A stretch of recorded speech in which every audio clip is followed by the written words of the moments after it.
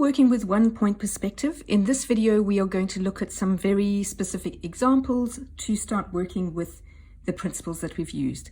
And we'll also venture beyond actually constructing everything with construction lines and just start using the principle of things, edges that are closer appearing longer or larger, and edges that are further away appearing smaller. So the first thing that we're going to do is dive in and have a look at creating ourselves a doormat, and then seeing how we can make that into the basis of a room and start to put together a scene around that. If we think about a horizon line as we have done in the past, it's something like this, and I'm going to put the vanishing point back in the middle. If we've got a nice big doormat like this, because we're standing right on the edge of the doormat and quite low down, let's imagine the edge of the doormat this is the sort of facing edge of it with its verticals. We join each vertical to the vanishing point like this. Then we decide where we're going to put the back of the mat. This is what it looks like. And you can see how we can put in the lines like that, which also follow the principles of the middle line joining directly to the vanishing point. Each of these lines will join to the vanishing point, so you have this kind of splayed out, fanned out effect, which gives us the sense that this is the top of the doormat and it is flat, coming towards us. Now, I'm sure you can see how we can quickly use the same principle to create a floor for ourselves. So let's go and have a look at that. I'll just erase here. Imagining we're still centered in this room, and the long portion of this room, or the closest edge of this room, is going to be wider apparently than the far end. So let's just take a random convergence. I'm not constructing now, I'm just putting it together. And let's imagine that far line there, rather than being an absolute horizon line, as in furthest away, it's actually just the edge of the room, which is the farthest we can see. So you can see if we were to continue these lines out, they would eventually converge somewhere way off my iPad and in the distance. But we're not going to do that. We're staying within the bounds of this room. And once again, we can put in a sense of a surface, so floorboards like that, which are confined by the outer angles of the edge of the room, and then have this sort of fanning effect to give us that sense of perspective. If we do them exactly vertical, it won't look like a flat surface. If we splay them like this around a central point, which is vertical, then we get a sense of space. Now, if we wanted to put a counter, say, if we were looking at a kitchen, let's imagine that we've got a kitchen, an open plan kitchen, and the base of the kitchen units is here. And then we are looking at it like this.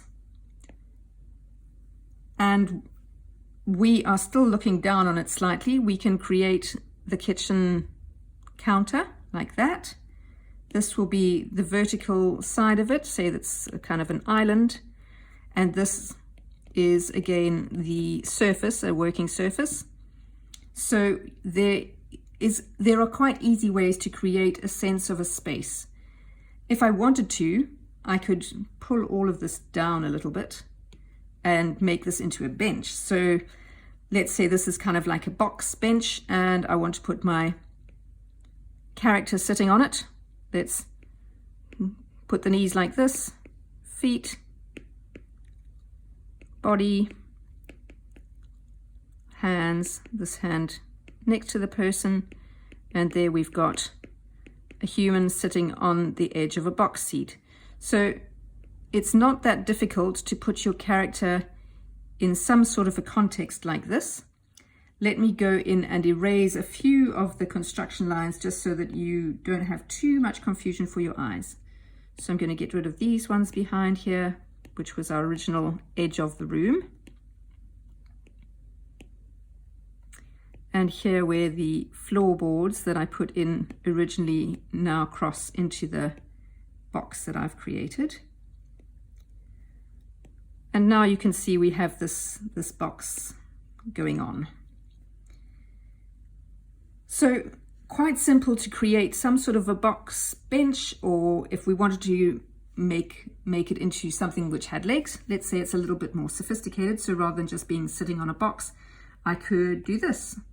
I could erase sections out of it like this and say, all right, we actually have something with legs. So go like that, and like that, and like that. And now we have a little bench seat. So the floor goes underneath it. It's hollow under there. And we have the legs down on either side like that. Legs like this. This is the inner edge of the leg.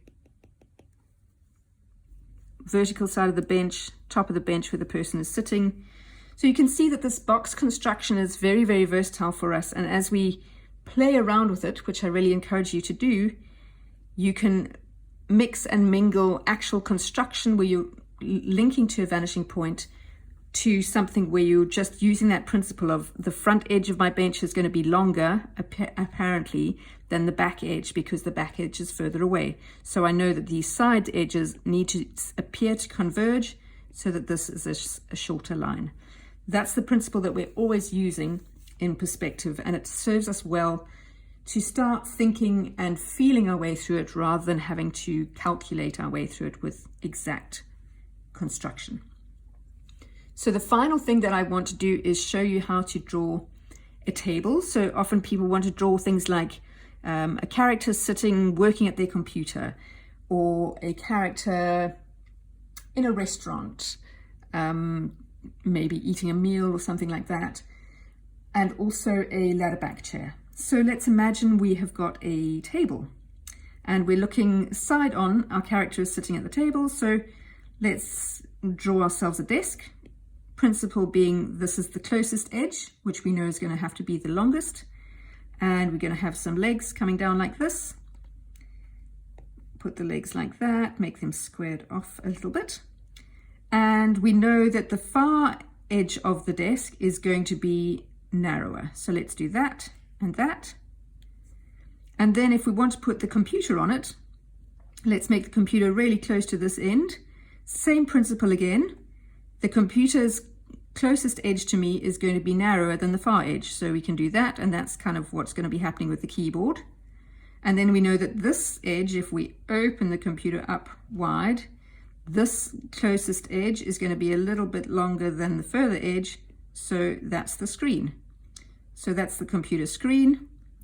This is the keyboard coming towards us. And this is our table. We can then put our person. So let's go with a chair like this. Person sitting on it. Like that. Legs going underneath. Not a very tall person, so I'm afraid the ergonomics of their working position is really bad for their shoulders. Let's move that head up a little bit. My shoulders won't cope with how that person's going to be feeling. So here's the closest arm.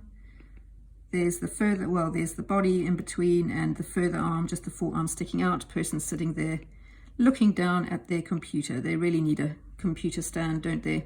A laptop stand for this. So that's the edge of their chair. That's the seat of the chair. You're going to see part of this leg sticking out behind the legs of the table, and then the person's feet sticking out there. So that's how you would go about drawing a computer table with your laptop on it, always following that principle of the closest side to us is going to be longer, appearing longer than the further side, the closest side of the laptop longer than the further side, and so on. What if we wanted to draw ourselves a ladder back chair? So let's look at the ladder back chair in terms of the horizon line, just to revisit that principle. Generally, when you see a chair in a scene, it's because you're standing up and looking down on the chair. And as a result, the horizon line is above everything. The chair back and all of that is below your eye level. So effectively, you've got a bird's eye view of sorts. So let's start with the closest part of the chair, which is going to be the leading edge, the closest edge of it. And we're going to create ourselves kind of that front panel. There are the verticals. Let's imagine that we've got our vanishing point somewhere back there. Now this is going to be very extreme because we're sort of making it happen. Okay, so that is effectively the seat of the chair. Let's imagine it like that. All of those lines would join to the vanishing point. That gives us the seat. And then what I'm going to do is erase here. So now we've got our seat there, all sorted. And the back of the chair is going to go like this. So it's a ladder back. So we're going to go like this and like this. There's our ladder back chair. And then we need to put in our legs. So the legs of the chair will also join to the vanishing point. So I'm going to put these as kind of dotted lines coming down. That gives us a sense of where this inner angle of the leg is. Then we've got this leg on this side. Again, dotted line coming down to the bottom. That gives us the angle of that inner leg and a hint of where the back leg would be. Sorry, let me just get that right. And this is kind of a guess where the back leg would be. It's not an exact science at all.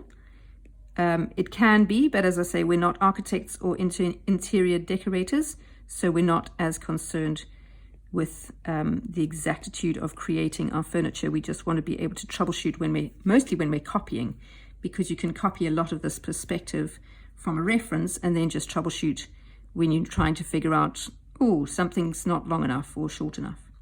So, recap, this is our vanishing point. We started off with our leading front edge. We joined to the vanishing point. Then we decided how wide the seat of the chair should be and ended it off. Put in these verticals, which we don't need to join to the vanishing point because we're not really seeing what's happening at the top. But if you wanted to, you could do that.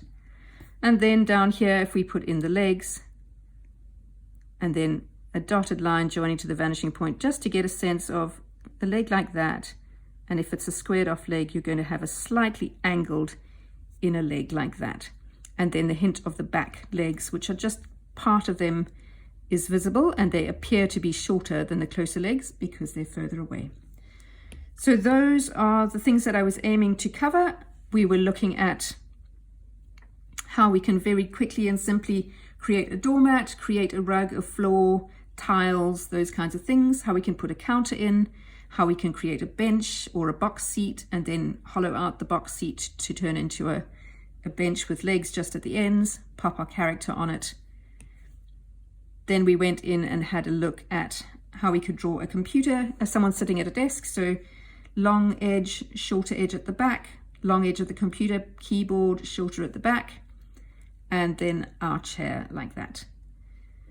And that's it for now. Time to move on to our next video.